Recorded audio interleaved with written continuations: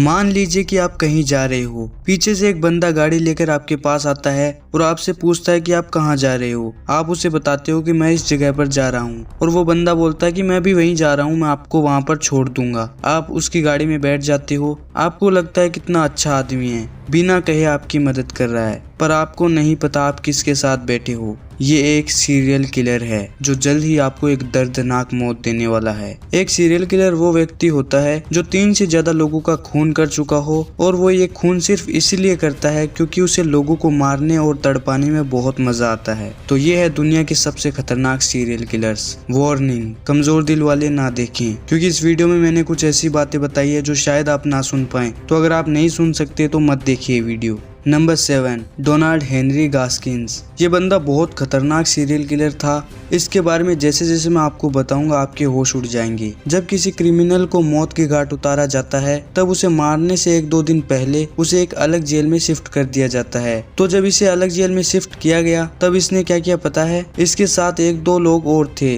जिनको भी फांसी लगने वाली थी, तो इसने फांसी से पहले उन्हें जेल में मार डाला। अब आप सोच सकते हो कि ये कितना खतरनाक होगा जिसने मरने से 2 दिन पहले जेल में ही मर्डर कर दिया हो। इसने कई सारे क्राइम किए थे और ये जेल में आता जाता ही रहता था। जब ये जेल में था तब जेल में एक बहुत ही खतरनाक गुंडा था जिससे सब डरते थे, तो इसने जेल में उसी बंदे को मार डाला, जिसकी वजह से जेल में इससे सब डरने लगे और इसकी इज्जत करने लगे। सितंबर 1969 से इसने हिचहाइकर्स को मारना शुरू किया। हिचहाइकर्स वो होते हैं जो लोगों से लिफ्ट मांगकर एक जगह से दूसरी जगह जाते हैं, तो ये उन्हीं की मदद करने के बहाने उन्हें पकड़ लेता था और बहुत ज्यादा टॉर्चर करता था और उन्हें ज्यादा से ज्यादा टाइम तक जिंदा रखने की कोशिश करता था जिससे उन्हें और तड़पा सके। इसके बचपन की बात करें तो इसका बचपन बहुत ही बुरा था। जब ये 1 साल का था तब इसने केरोसिन पी लिया था, जिसकी वजह से इसे कॉन्वुल्शंस नाम की बीमारी हो गई थी, जिसमें व्यक्ति का शरीर सही से काम नहीं करता है। इसकी माँ इस पर बहुत कम ध्यान देती थी। आप विश्वास नहीं करोगे, इसे इसका नाम तब पता चला जब इसकी कोर्ट में पहली पेशी हुई और इसका नाम पुकारा गया। इसे कई लोगों ने बहुत परेशान किया था, जिसका बदला लेने के लिए 1970 में इसने उन्हें एक एक करके मारना शुरू कर दिया। सितंबर 6, 1991 में इसे बिजली का झटका देकर मौत के घाट उतार दिया गया।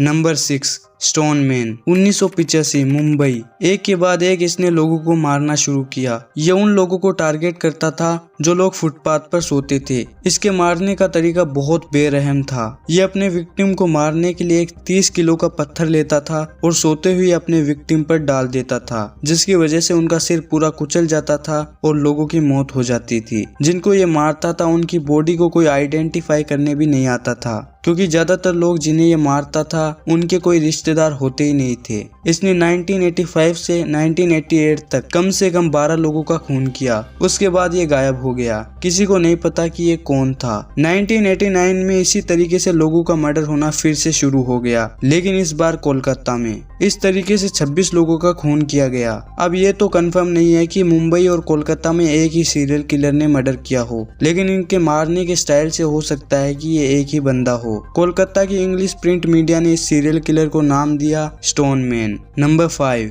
Samuel little. सैमुअल लिटल को अमेरिका की सबसे खतरनाक सीरियल किलर्स में से एक माना जाता है। 2012 में ये अमेरिका के कैलिफोर्निया में 3 खून करने का दोषी पाया गया। FBI के मुताबिक ये 60 लोगों की मौत का जिम्मेदार है और इसके मुताबिक ये 93 लोगों को मार चुका है। इसने मर्डर के अलावा भी हर तरह के बुरे काम किए थे, जिसकी वजह से ये कई बार जेल जा चुका है। 30 दिसंबर 2020 को अपनी जेल की सजा काटते हुए लिटल की मौत हो गई। नंबर 4, यांग जिनहाई। ये एक चाइनीज सीरियल किलर था और पीपल्स रिपब्लिक ऑफ चाइना का सबसे खतरनाक सीरियल किलर था, जिसे चाइनीज मीडिया द्वारा मॉन्स्टर किलर नाम दिया गया। अब आप सोचो कि रात हो गई है और आप सोने जा रहे हो और अचानक से एक बंदा आता है और आप समेत आपकी पूरी फैमिली को मार देता है, तो कैसा लगेगा? क्योंकि ऐसा ही ये सीरियल किलर करता था और बहुत बार इसने पूरी फैमिली को ही मार डाला। ये ज्यादातर फार्मर्स को टारगेट करता था और मर्डर्स करने के लिए कुल्हाड़ी, हथौड़ा और फावड़े का इस्तेमाल करता था। ये हर बार नए कपड़े पहनता था